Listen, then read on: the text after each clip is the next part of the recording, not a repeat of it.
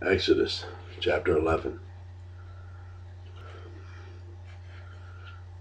Then the Lord said to Moses, I will strike Pharaoh and the land of Egypt with one more blow. After that, Pharaoh will let you leave this country. In fact, he will be so eager to get rid of you that he will force you all to leave. Tell all the Israelite men and women to ask their Egyptian neighbors for articles of silver and gold. Now the Lord had caused the Egyptians to look favorably upon the people of Israel, and Moses was considered a very great man in the land of Egypt, respected by Pharaoh's officials and the Egyptian people alike. Moses had announced to Pharaoh, This is what the Lord says. At midnight tonight I will pass through the heart of Egypt. All the firstborn sons will die in every family in Egypt, from the oldest son of Pharaoh who sits on his throne to the oldest son of his lowliest servant girl who grinds the flour. Even the firstborn of all the livestock will die. Then a loud wail will rise throughout the land of Egypt, a wail like no one has heard before or will ever hear again. But among the Israelites it will be so peaceful that not even a dog will bark. Then you will know that the Lord makes a distinction between the Egyptians and the Israelites. All of the officials of Egypt will run to me and fall to the ground before me. Please leave, they will beg. Hurry, and take all your followers with you. Only then will I go. Then, burning with anger, Moses left Pharaoh. Now the Lord had told Moses earlier, Pharaoh will not listen to you, but then I will do even more mighty miracles in the land of Egypt. Moses and Aaron performed these miracles in Pharaoh's presence, but the Lord hardened Pharaoh's heart, and he wouldn't let the Israelites leave the country. While the Israelites were still in the land of Egypt, the Lord gave the following instructions to Moses and Aaron. From now on, this month will be the first month of the year for you. Announce to the whole community of Israel that on the 10th day of this month, each family must choose a lamb or a young goat for sacrifice, one animal for each household. If a family is too small to eat a whole animal, let them share with another family in the neighborhood. Divide the animal according to the size of each family and how much they can eat. The animal you select must be a 1-year-old male, either a sheep or a goat with no defects. Take special care of this chosen animal until the evening of the 14th day of this first month. Then the whole assembly of Israel must slaughter their lamb or young goat at twilight. Correction, the whole assembly of the community of Israel must slaughter their lamb or young goat at twilight. They are to take some of the blood and smear it on the sides and top of the door frames of the houses where they eat the animal. The same night they must roast the meat over a fire and eat it along with bitter salad greens and bread made without yeast. Do not eat any of the meat raw or boiled in water. The whole animal, including the head, legs, and internal organs, must be roasted over a fire. Do not leave any of it until the next morning. Burn whatever is not eaten before the morning. These are your instructions for eating this meal. Be fully dressed. Wear your sandals and carry your walking stick in your hand. Eat the meal with urgency, for this is the Lord's Passover. On that night I will pass through the land of Egypt and strike down every firstborn son and firstborn male animal in the land of Egypt. I will execute judgment against all the gods of Egypt, for I am the Lord. But the blood on your doorpost will serve as a sign, marking the houses where you are staying. When I see the blood, I will pass over you.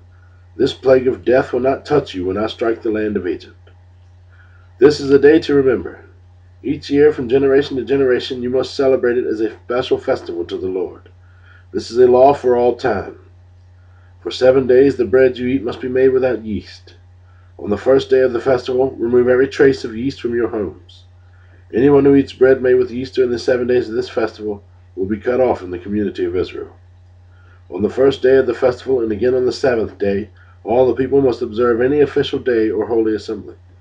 No work of any kind may be done on these days except in the preparation of food. Celebrate this festival of unleavened bread, for it will remind you that I brought your forces out of the land of Egypt on this very day. This festival will be a permanent law for you. Celebrate this day from generation to generation. The bread you eat must be made without yeast from the evening of the 14th day of the first month until the evening of the 21st day of that month. During those 7 days there must be no trace of yeast in your homes. Anyone who eats anything made of yeast during this week will be cut off from the community of Israel. These regulations apply both to the foreigners living among you and the native-born Israelites. During those days you must not eat anything made with yeast. Wherever you live, eat only bread made without yeast. Then Moses called all the elders of Israel together and said to them, Go pick out a lamb or young goat for each of your families, and slaughter the Passover animal.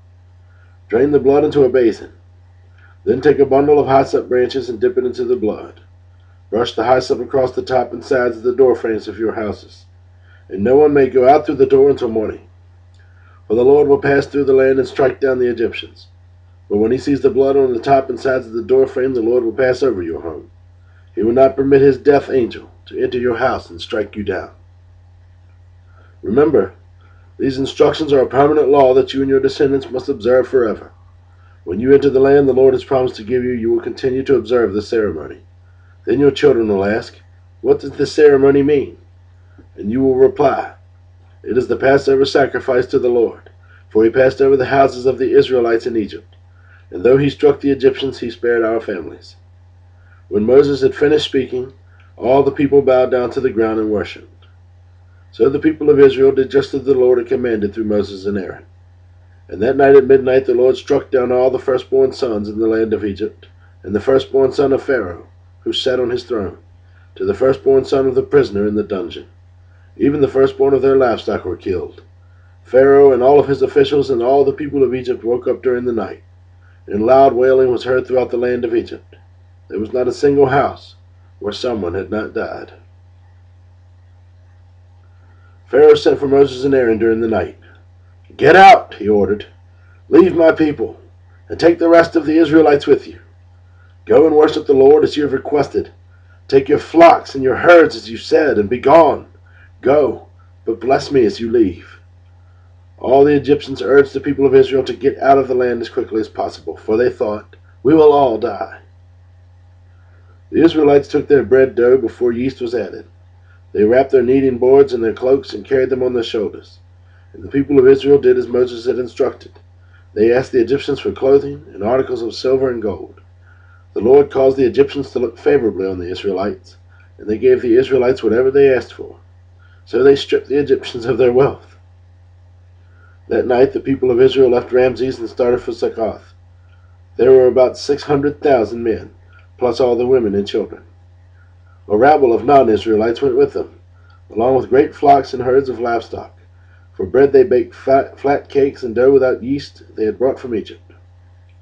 It was made without yeast because the people were driven out of Egypt in such a hurry they had no time to prepare the bread or other food. The people of Israel had lived in Egypt for 430 years. In fact, it was on the last day of the 430th year that all the Lord's forces left the land. On this night the Lord kept his promise to bring his people out of the land of Egypt. So this night belongs to him, and it must be commemorated every year by all the Israelites from generation to generation. Then the Lord said to Moses and Aaron, "These are the instructions for the festival of Passover. No outsiders are allowed to eat the Passover meal, but any slave who has been purchased may eat as if he has been circumcised. Any slave who has been purchased may eat if he has been circumcised. Temporary residents and hired servants may not eat of it. Each Passover lamb must be eaten in one house.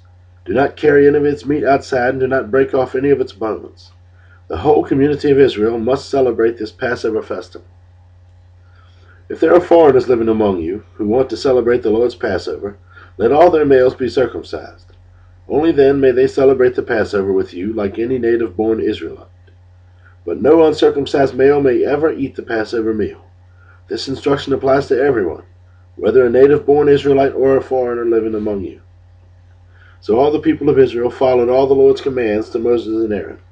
On that very day the Lord brought the people of Israel out of the land of Egypt like an army. Then the Lord said to Moses, "Dedicate to me every firstborn among the Israelites. The first offspring to be born of both humans and animals belongs to me." So Moses said to the people, "This is the day to remember forever, the day you left Egypt, the place of your slavery. Today the Lord has brought you out by the power of his mighty hand. Remember, eat no food containing yeast. On this day in early spring, in the month of Abib, you have been set free. You must celebrate this event in the month each year after the Lord brings you into the land of the Canaanites, Hittites, Amorites, Hivites, and Jebusites. He swore to your ancestors that he would give you this land, a land flowing with milk and honey. For 7 days the bread you eat must be made without yeast. Then on the seventh day celebrate a feast to the Lord. Eat bread without yeast during those 7 days. In fact, there must be no yeast bread or any yeast at all found within the borders of your land during this time. On the seventh day you must explain to your children, I am celebrating what the Lord did for me when I left Egypt. This annual festival will be a visible sign to you, like a mark branded on your hand or your forehead. Let it remind you always to recite this teaching of the Lord. With a strong hand, the Lord rescued you from Egypt. So observe the decree of this festival at the appointed time each year. This is what you must do when the Lord fulfills the promise he swore to you and your ancestors. When he gives you the land where the Canaanites now live, you must present all firstborn sons and firstborn male animals to the Lord, for they belong to him. A firstborn donkey may be bought back from the Lord by presenting a lamb or a young goat in its place. But if you do not buy it back, you must break its neck. However, you must buy back every firstborn son. And in the future, your children will ask you, what does all of this mean? Then you will tell them, with the power of his mighty hand, the Lord brought us out of Egypt, the place of our slavery. Pharaoh stubbornly refused to let us go, so the Lord killed all the firstborn males throughout the land of Egypt, both people and animals. That is why I now sacrifice all the firstborn males to the Lord, except that the firstborn sons are always bought back. This ceremony will be like a mark branded on your hand or your forehead. It is a reminder that the power of the Lord's mighty hand brought us out of Egypt.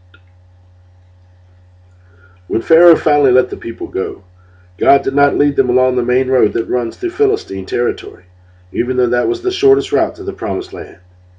God said, if the people are faced with a battle, they might change their minds and return to Egypt. So God led them in a roundabout way through the wilderness toward the Red Sea. Thus the Israelites left Egypt like an army ready for battle. Moses took the bones of Joseph with him, for Joseph had made the sons of Israel swear to do this. He said, God will certainly come to help you. When he does, you must take my bones with you from this place.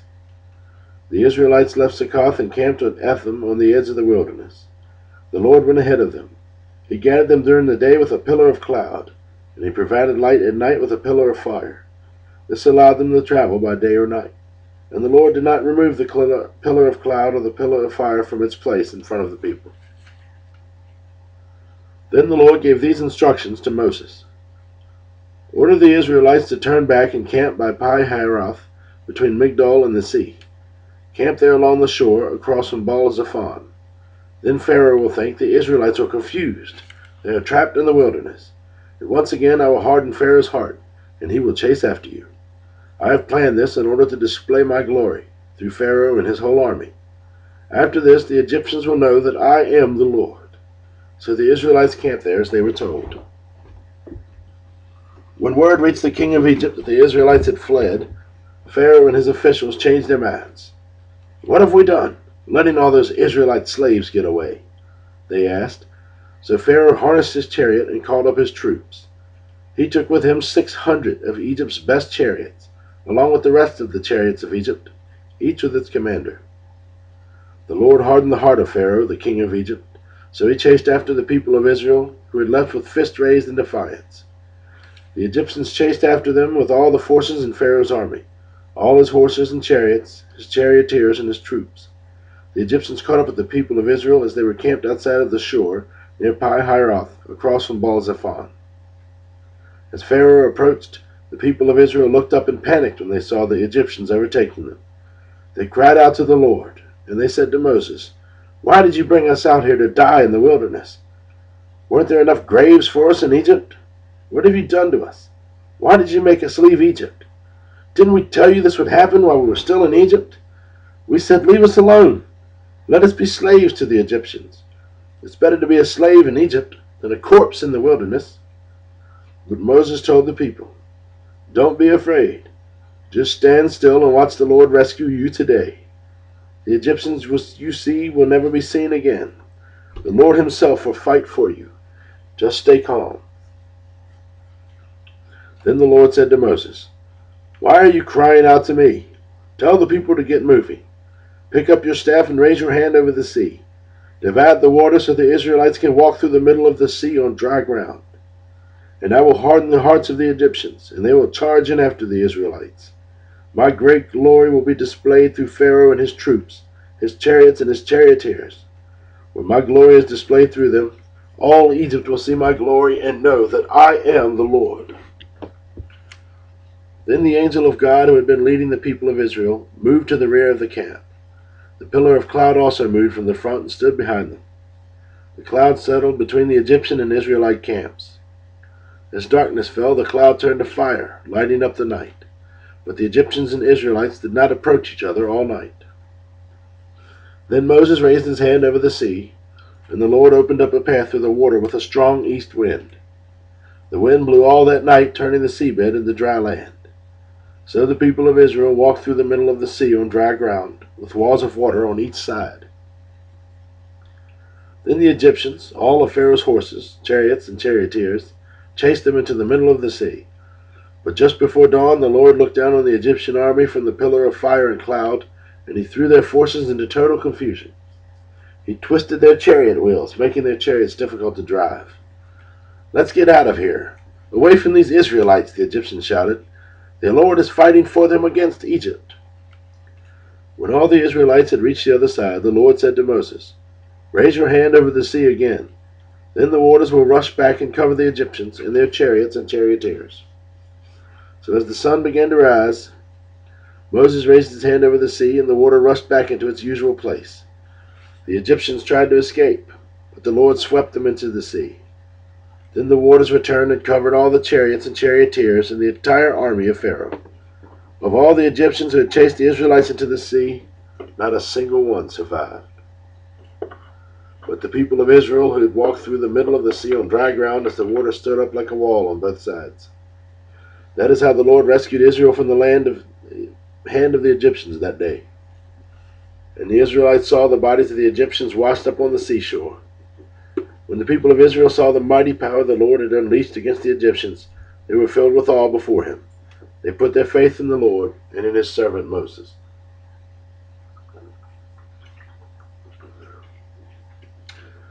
Then Moses and the people of Israel sang this song to the Lord. "I will sing to the Lord, for he has triumphed gloriously. He has hurled both horse and rider into the sea. The Lord is my strength and my song. He has given me victory. This is my God, and I will praise him. My father's God, and I will exalt him. The Lord is a warrior. Yahweh is his name. Pharaoh's chariots and army he has hurled into the sea. The finest of Pharaoh's officers are drowned in the Red Sea. The deep waters gushed over them. They sank to the bottom like a stone. Your right hand, O Lord, is glorious in power. Your right hand, O Lord, smashes the enemy. In the greatness of your majesty, you overthrow those who rise against you. You unleash your blazing fury. It consumes them like straw. In the blast of your breath, the waters piled up. The surging water stood straight like a wall. In the heart of the sea, the deep waters became hard. The enemy boasted, I will chase them and catch up with them. I will plunder them and consume them. I will flash my sword. My powerful hand will destroy them. But you blew with your breath, and the sea covered them. They sank like lead in the mighty waters. Who is like you among the gods, O Lord, glorious in holiness, awesome in splendor, performing great wonders? You raised your right hand, and the earth swallowed your enemies. With your unfailing love, you led the people you have redeemed. In your might, you guide them to your sacred home. The people hear and tremble. Anguish grips those who live in Philistia. The leaders of Edom were terrified. The nobles of Moab tremble. All who live in Canaan melt away. Terror and dread fall upon them. The power of your arm makes them lifeless as stone, until your people pass by, O Lord.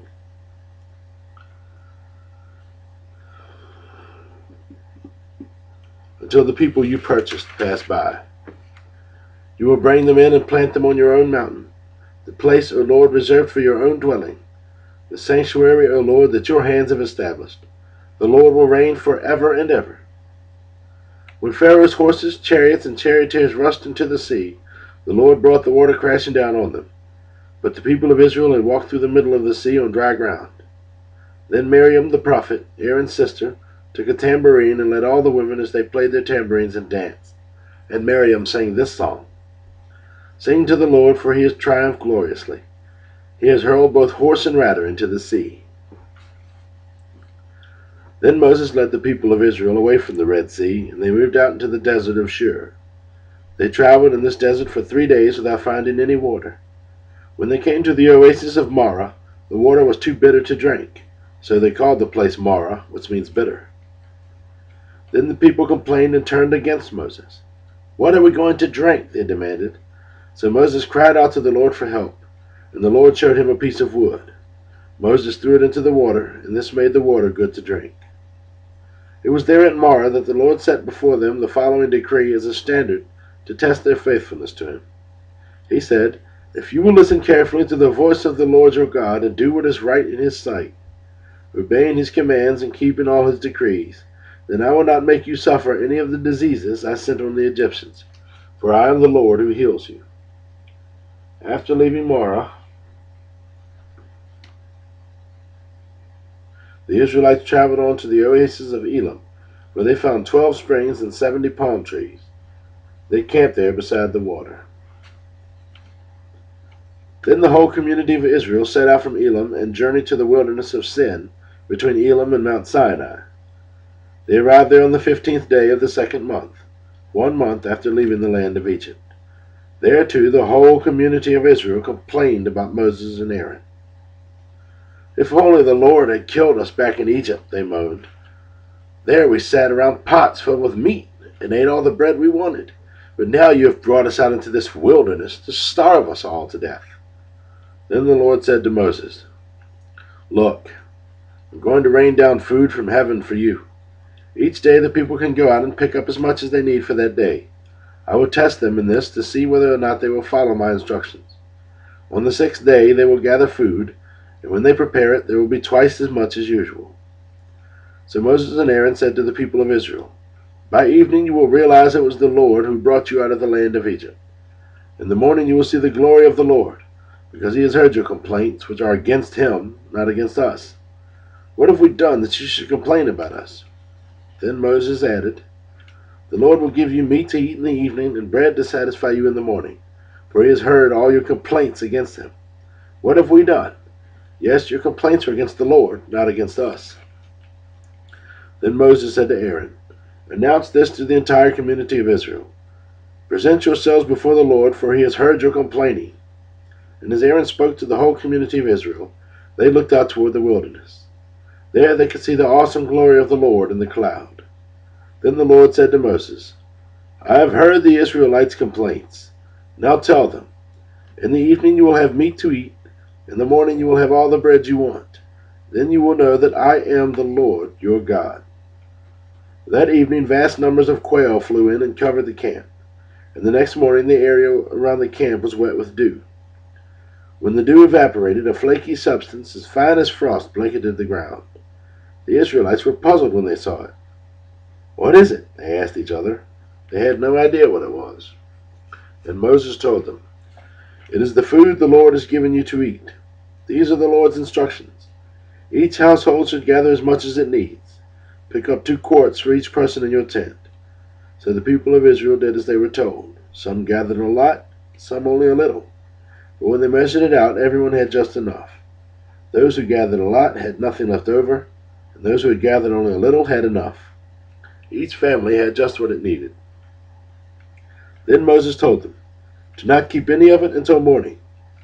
But some of them didn't listen and kept it until morning. But by then it was full of maggots and had a terrible smell. Moses was very angry with them.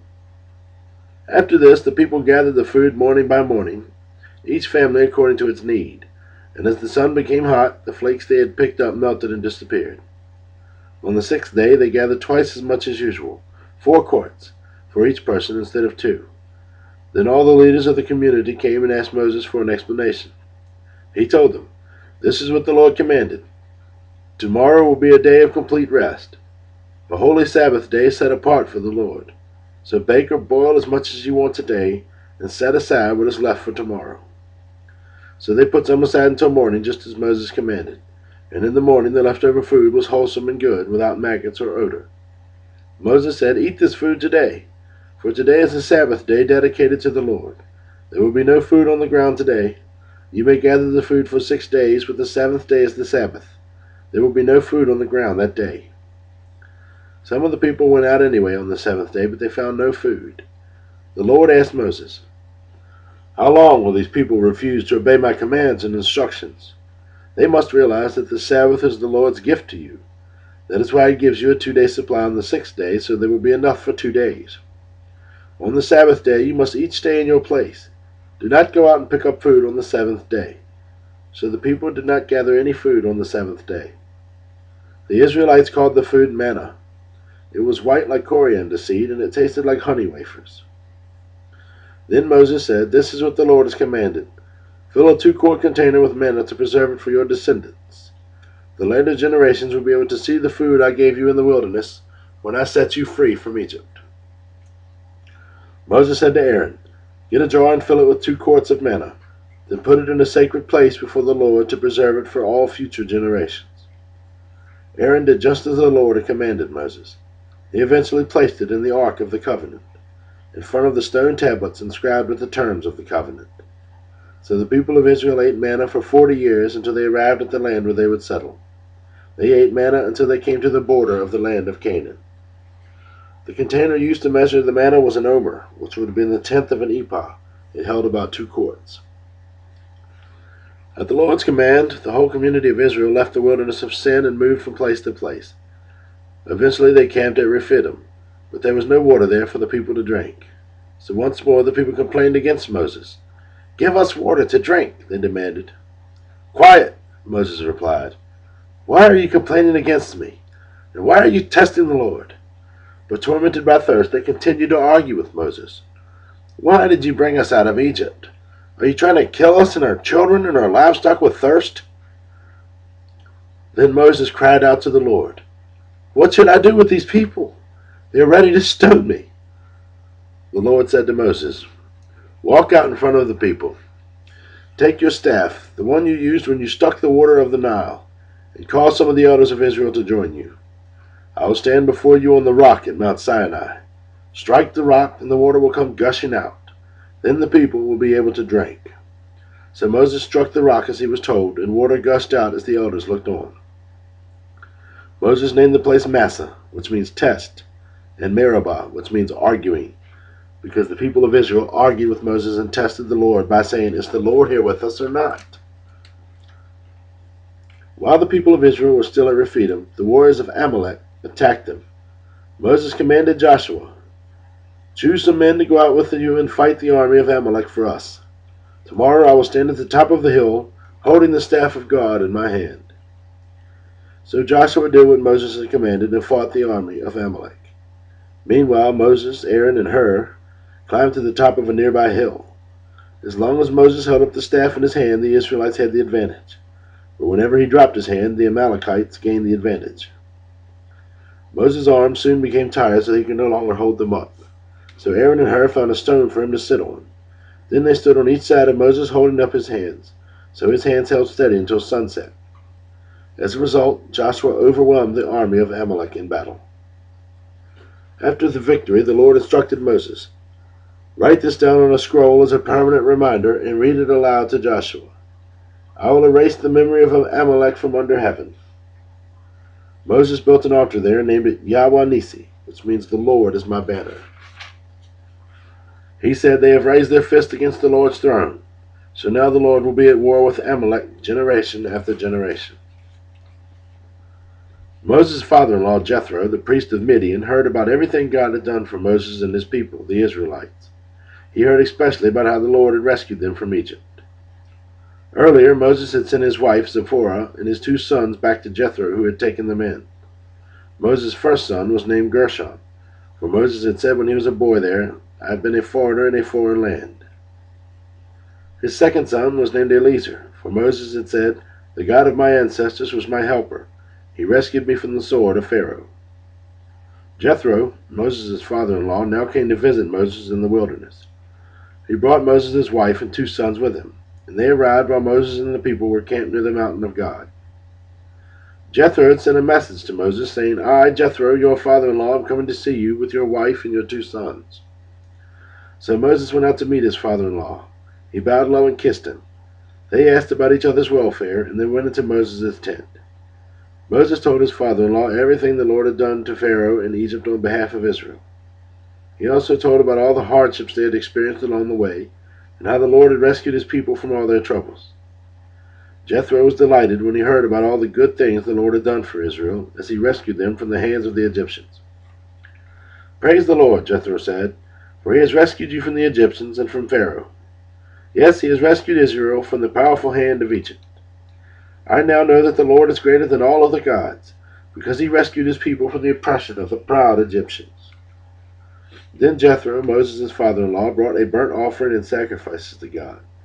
Aaron and all the elders of Israel came out and joined him in the sacrificial meal in God's presence. The next day, Moses took his seat to hear the people's disputes against each other. They waited before him from morning till evening. When Moses' father-in-law saw all that Moses was doing for the people, he asked, What are you really accomplishing here? Why aren't you here trying to do all this alone while everyone stands around you from morning till evening?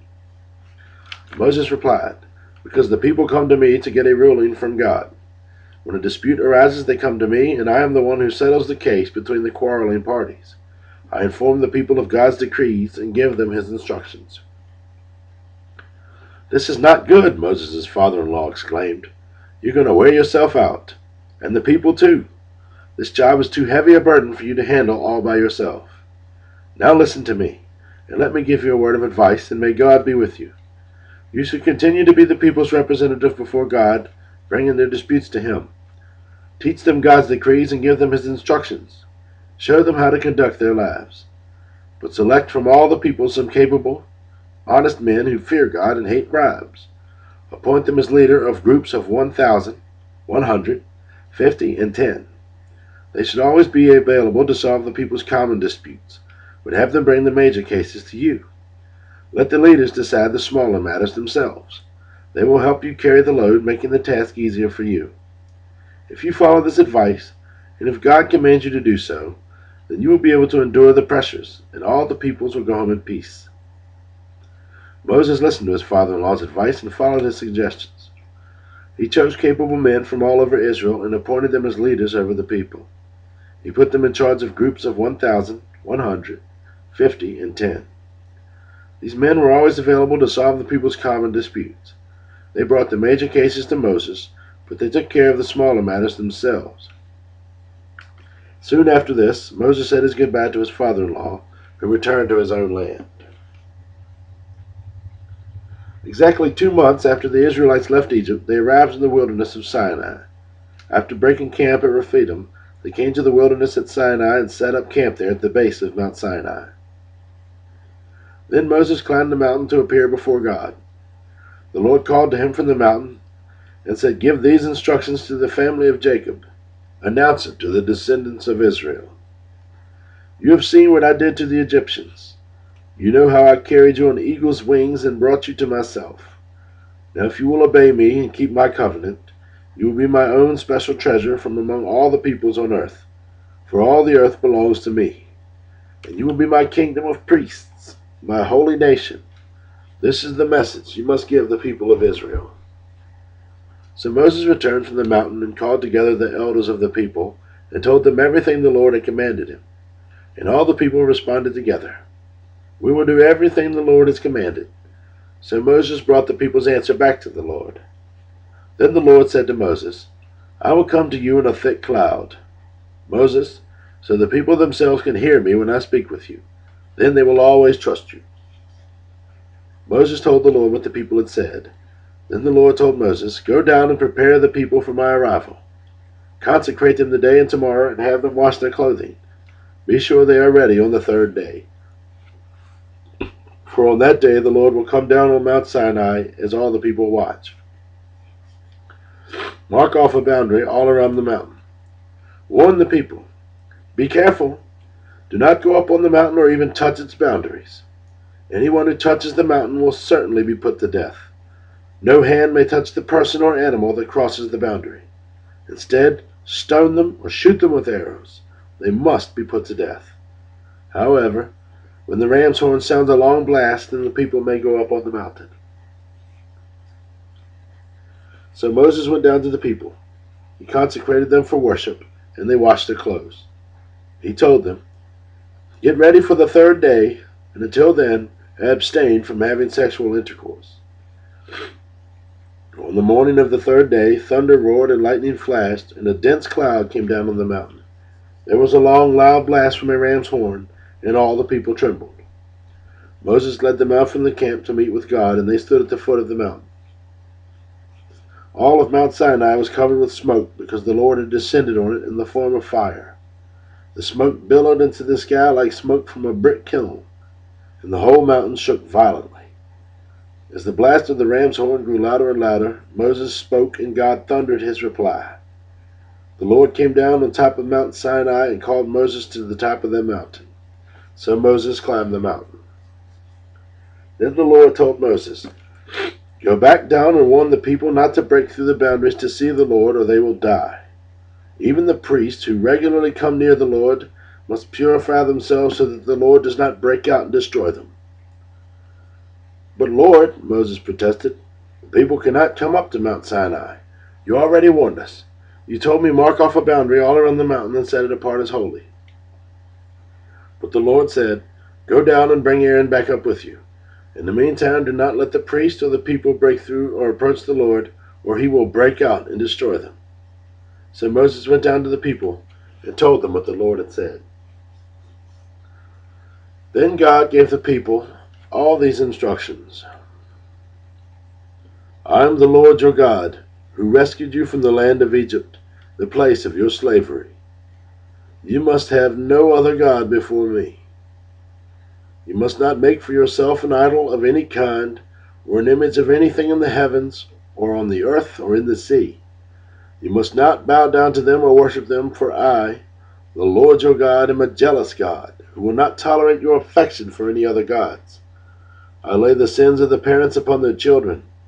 The entire family is affected, even children in the third and fourth generations of those who reject me. But I lavish unfailing love for 1,000 generations on those who love me and obey my commands. You must not misuse the name of the Lord your God. The Lord will not let you go unpunished if you misuse his name. Remember to observe the Sabbath day by keeping it holy. You have 6 days each week for your ordinary work, but the seventh day is a Sabbath day of rest dedicated to the Lord your God. On that day no one in your household may do any work. This includes you, your sons and daughters, your male and female servants, your livestock, and any foreigners living among you. For in 6 days the Lord made the heavens, the earth, the sea, and everything in them. But on the seventh day he rested. That is why the Lord blessed the Sabbath day and set it apart as holy. Honor your father and mother. Then you will live a long, full life in the land the Lord your God is giving you. You must not murder. You must not commit adultery. You must not steal. You must not testify falsely against your neighbor. You must not covet your neighbor's house. You must not covet your neighbor's wife, male or female servant, ox or donkey, or anything else that belongs to your neighbor." When the people heard the thunder and the loud blast of the ram's horn, and when they saw the flashes of lightning and the smoke billowing from the mountain, they stood at a distance, trembling with fear. And they said to Moses, "You speak to us and we will listen, but don't let God speak directly to us, or we will all die." "Do not be afraid," Moses answered them, "for God has come in this way to test you, and so that your fear of him will keep you from sinning." As the people stood in the distance, Moses approached the dark cloud where God was. And the Lord said to Moses, "Say this to the people of Israel. You saw for yourselves that I spoke to you from heaven. Remember, you must not make any idols of silver or gold to rival me. Build for me an altar made of earth, and offer your sacrifices to me, your burnt offerings and peace offerings, your sheep and goats and your cattle. Build my altar wherever I cause my name to be remembered, and I will come to you and bless you. If you use stones to build my altar, use only natural, uncut stones. Do not shape the stones with a tool, for that would make the altar unfit for holy use. And do not approach my altar by going up steps. If you do, someone might look up under your clothing and see your nakedness.